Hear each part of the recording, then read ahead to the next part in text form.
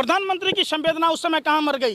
प्रधानमंत्री की संवेदना उस समय कहाँ मर गई? प्रधानमंत्री आवास से चंद कदमों की दूरी पर शमशान घाट में जो मंदिर का पुजारी था, जिसके द्वारा दलित लड़की का बलात्कार हुआ, उसके साथ जो दरिंदगी हुई, उस पर नहीं बोले। प्रधानमंत्री बिकलिस बानों पर कुछ नहीं बोल रहे। प्रधानमंत्री हाथरस के कांड पर नहीं बोल रहे। प्रधानमंत्री मेघालय में चकला घर पर नहीं बोल रहे। प्रधानमंत्री लगातार देश में महिलाओं के उत्पीड़न पर एक शब्द नहीं बोल रहे। और प्रधानमंत्री विराट कोहली के कुत्ता पर ट्वीट करते हैं अंधेरा। प्रधानमंत्री जसोदाबेन जी को तो अपना लेते हैं। जिस जसोदाबेन जी को 18 की उम्र में शादी करके 20 में छोड़ दिया, तो प्रधानमंत्री जी कम से कम जसोदाबेन जी को तो अपना लेते हैं। वो भी तो महिला हैं, वो कोई पुरुष थोड़े। प्रधानमंत्री ने अपने 80 से 83 मिनट के जो संबोधन में जो लाल किला के प्राचीर से जो जुमले बोले, उसमें क्या महंगाई पर उन्होंने चर्चा की, भ्रष्टाचार पर चर्चा की। उन्होंने गलत जीएसटी जो लगाया गया है, जिससे हमारे व्यापारी भाइयों की कमर टूट गई है, जो देश में अहम रोल अदा करते हैं। किसी भी देश के लिए व्यापारी वर्ग और युवा वर्ग बहुत मायने रखता है, उस पर कोई चर्चा। सर, आज़ादी के 75 साल पूरे हुए हैं, ऐसे में प्रधानमंत्री ने अपने भाषण में महिला सशक्तिकरण की बात की है, तो क्या आप मानते हैं कि 75 सालों में महिला जो है वो सशक्तिकरण? कल ही प्रधानमंत्री जी ने लाल किला के प्राचीर से जो जुमलों की बौछार की, जिसमें महिला सशक्तिकरण का भी उन्होंने जिक्र किया था। सवाल उठता है कि जिस बिकलिस बानो जो गर्भवती थी 5 महीने की, उनके साथ जो भीड़ के शक्ल में जो 11 कुकर्मियों की पहचान हुई थी, जिन पर आरोप तय हुए थे, उनको आखिर रिहा क्यों किया गया? क्या ये महिला सशक्तिकरण का ही ये है कि प्रधानमंत्री इसको क्या महिला सशक्तिकरण मानते हैं? सबसे बड़ा सवाल है कि एक गर्भवती महिला, चाहे वो किसी भी समाज की हो, उसको इंसाफ मिलना चाहिए, कुकर्मियों को सज़ा मिलनी चाहिए। आखिर ऐसा क्यों नहीं हुआ? दूसरी बात, अभी अंबानी को जो धमकी दिया गया वो कौन था? विष्णु भौमिक। अब उसको मीडिया भी ये कह रही है कि वो मानसिक विक्षिप्त है। तो जो अफजल बनकर धमकी दे रहा था, तो क्या अगर वो मुसलमान होता तो उस पर पीएफआई या क्या क्या नहीं कनेक्शन ढूंढा जाता? सवाल उस पर कीजिए, सवाल उस पर कीजिए कि प्रधानमंत्री ने अपने 80 से 83 मिनट के जो संबोधन में जो लाल किला के प्राचीर से जो जुमले बोले, उसमें क्या महंगाई पर उन्होंने चर्चा की, भ्रष्टाचार पर चर्चा की। उन्होंने गलत जीएसटी जो लगाया गया है, जिससे हमारे व्यापारी भाइयों की कमर टूट गई है, जो देश में अहम रोल अदा करते हैं। किसी भी देश के लिए व्यापारी वर्ग और युवा वर्ग बहुत मायने रखता है, उस पर कोई चर्चा हुई? किसानों पर प्रधानमंत्री ने जुमलों की बौछार में कुछ बोला? प्रधानमंत्री खुद बोलते थे कि 22 में किसानों की आय दुगुनी हो जाएगी।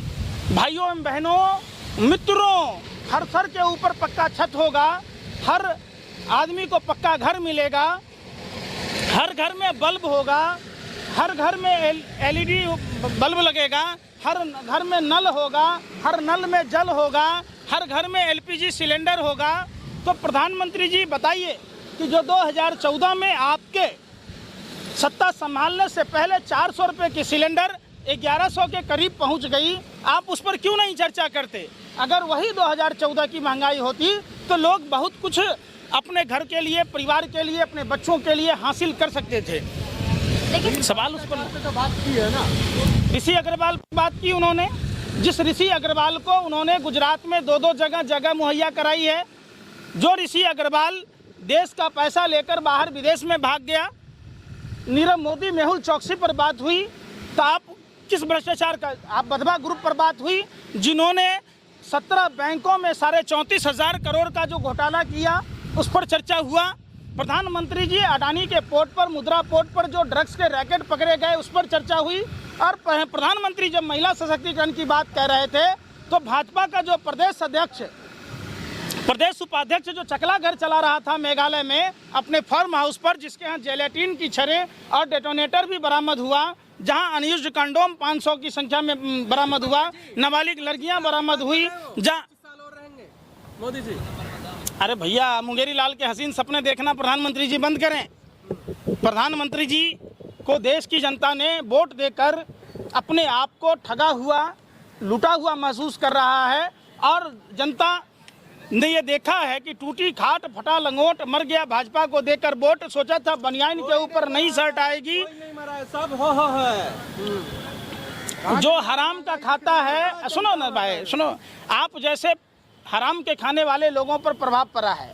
पहले लोग कहते थे जो भीख कौन देता है हम लोग को? सारे विज्ञापन के पैसे आप ही लोगों को मिलता है, बोरा का बोरा खोल के नहीं मिलता, नहीं मिलता है तो सुनो, अरे सुन तो लो मैं क्या कह रहा हूँ, सुन तो लो मैं क्या कह रहा हूँ। जिस तेजस्वी यादव से आप रोजगार की सवाल पूछ रहे, कभी प्रधानमंत्री से 2 करोड़ युवाओं को रोजगार देने पर सवाल पूछा? प्रधानमंत्री काम में बिजी रहते हैं। मतलब आपको इतना फुर्सत नहीं है कि आप देश के युवा के बारे में सोचें? रोजगार हैं मोर और बत्तख ड्रेस बदलने में, काला कपड़ा पहन के गंगा में डुबकी लेंगे। वीर सावरकर की तारीफ कर रहे हैं तो आपको उसमें भी जलन हो रहा है। कौन है वीर सावरकर भाई? स्वतंत्रता सेनानी जो अंग्रेजों से माफी मांगा, जो अंग्रेजों के तलबा चाटा, उसका आजादी की लड़ाई में क्या योगदान है? प्रधानमंत्री लाल किला सावरकर, अरे प्रधानमंत्री ने झूठ बोला है, प्रधानमंत्री जी ने झूठ बोला। अगर सावरकर का महिमा मंडन करके उन्होंने चंद्रशेखर आजाद, भगत सिंह, खुदीराम बोस, पंडित राम प्रसाद बिस्मिल, सुखदेव, राजगुरु, भगत सिंह, ठाकुर रोशन सिंह, अशफाक उल्ला खां, महात्मा गांधी का, सरदार पटेल का अपमान किया है। ये सावरकर गोरे अंग्रेजों का दलाल था, मुखबिर था। जिस समय देश में 12 रुपये शिक्षक को मिलता था, उस समय 60 रुपये महीना पेंशन। गोरे अंग्रेज सावरकर का कोई रिश्तेदार नहीं था। गिरफ्तार वैसे कर लिया उनको। किसको? अब माफी मांगा, अरे सुनो ना, माफीनामा मांगा वो नहीं मालूम है आपको? अरे बेशर्मो, शर्म नहीं आती? लाल किला से प्रधानमंत्री ऐसे ही बोल रहे हैं। देश के प्रधानमंत्री हैं वो। शर्म करो, न तुम्हें शर्म है न देश के प्रधानमंत्री को शर्म है कि इस तरीके के सावरकर का महिमा मंडन करके उन्होंने जो देश के महापुरुषों का अपमान किया है, देश के क्रांतिकारी योद्धाओं का, भारत माँ के वीर सपूतों का, जिन्होंने बलिदानी दी है, जिन्होंने कुर्बानी दी है, जिन्होंने फांसी के फंदे को चूमा है, जिन्होंने काला पानी की सजा झेली है, उन सभी वीर सपूतों का अपमान है। शहीदों का अपमान नहीं सहेगा हिंदुस्तान। चिट्ठी किसने लिखा? अरे रोटी खाते हो कि लैट्रिन खाते हो? सावरकर ने 6 बार चिट्ठी लिखा है और सावरकर ने माफीनामा मांगा है। गोरे अंग्रेजों से 3 शर्तों पर समझौता हुआ। अरे सुन नहीं रहे? सावरकर नास्तिक था, सावरकर आस्तिक नहीं था। सावरकर मीट मछली खाता था, तो उसने डिवाइड रूल जो गोरे अंग्रेजों की पॉलिसी थी, सावरकर ने और जिन्ना ने, यही चीज अखंड भारत को खंड खंड करने वाले ये लोग जो गोरे अंग्रेजों की दलाली करते थे और बदले में 60 रुपया महीना पेंशन लेने वाले लोग। प्रधानमंत्री जी ने महिलाओं के बारे में इतनी अच्छी बात कही, इस पे क्या कहेंगे? चिराग तले अंधेरा। प्रधानमंत्री जसोदाबेन जी को तो अपना लेते हैं।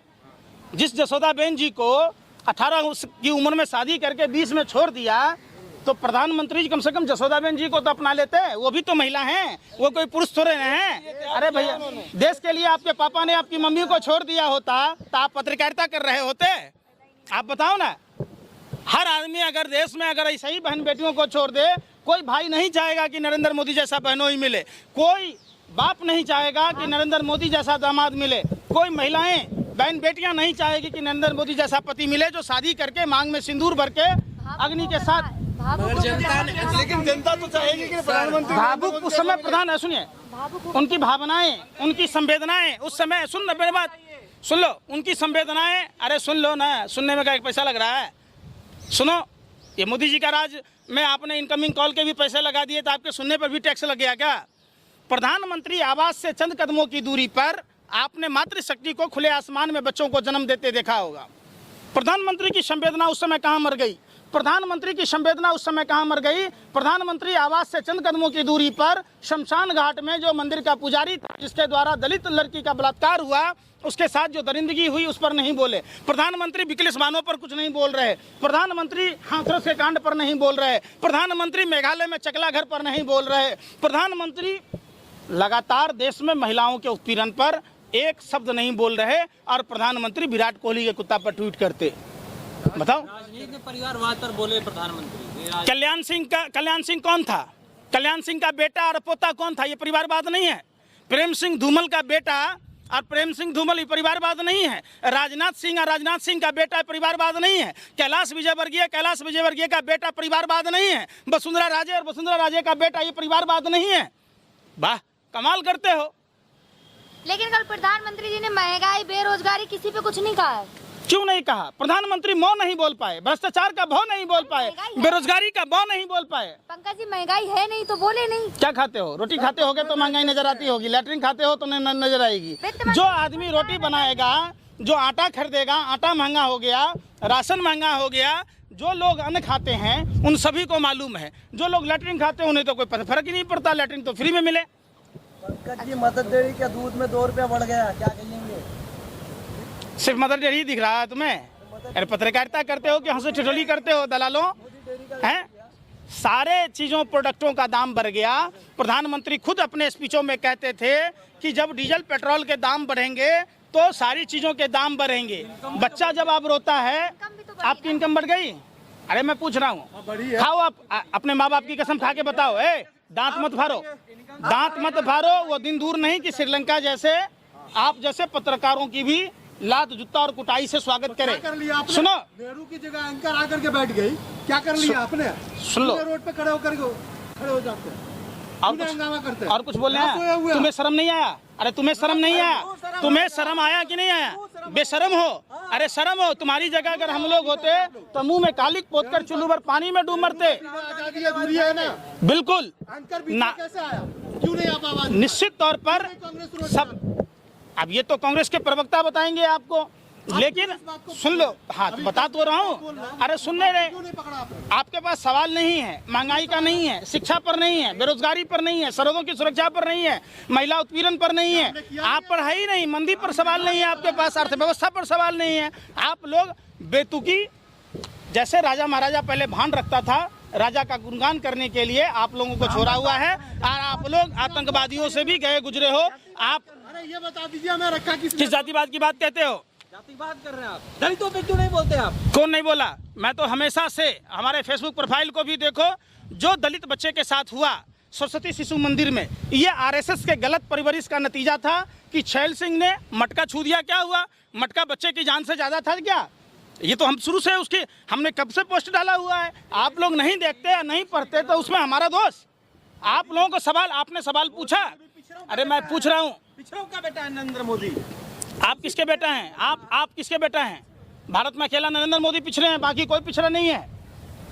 आप पिछड़े दलितों में कितनों को रोजगार मिला, कितनों को महंगाई की मार नहीं मिली, कितने लोगों को शिक्षा की व्यवस्था की गई, कितने लोगों की स्वास्थ्य की बात हुई। अगर देश की जनता को महंगाई होता ना तो जिस श्रीलंका की आप बात कर रहे हैं, श्रीलंका की तरह अब तक रोड पे उतर गया होता। सुन लो, अरे कोई सोया हुआ नहीं है, लोगों को घर से बाहर नहीं निकलने दिया जा रहा। अरे बेशर्मो, सुन तो लो, सुन लो, सुन। आप बेशर्म हो, आप जनता से जाकर पूछ रहे। अरे माँ ने दूध पिलाया, छठी रात का दूध याद आ जाएगा जनता के बीच में जाओगे तो। जाओ ना, जाओ, जाते क्यों नहीं हो? ये जो हरामखोरी करते हो बैठ के चैनलों में, जो डुगडुगी बजा रहे हो, जाओगे तो लात जूते से पिटाई होगी। जनता किस सड़क पे जनता बताइए? जनता हमेशा विरोध करती रही है, करती रहेगी। जाके देखो, सब जगह है। कहाँ नहीं है? कहाँ नहीं है? आप जनता के बीच में पूछते हो? नहीं पूछते। आप जाओ, सुनो, अरे सुनो, अरे बेशर्मो, सुन तो लो। हमारे जाके रिक्शा वाले भाइयों से पूछो, जाके आप लोग गृहिणियों से पूछो। अरे सुन नहीं रहे? वाले को राशन मिल रहा है, आपको विज्ञापन मिल रहा, आपको प्रमोशन के लिए पैसे मिल रहा, इसलिए आपके पेट में दर्द हो रहा। सवाल पूछो, देशभक्त बनो, अंधभक्त मत बनो। गोबर को च्यवनप्राश समझ के मत चाटो, गोबर का हलवा नहीं बनता, गोबर में ड्राई फ्रूट नहीं डालो।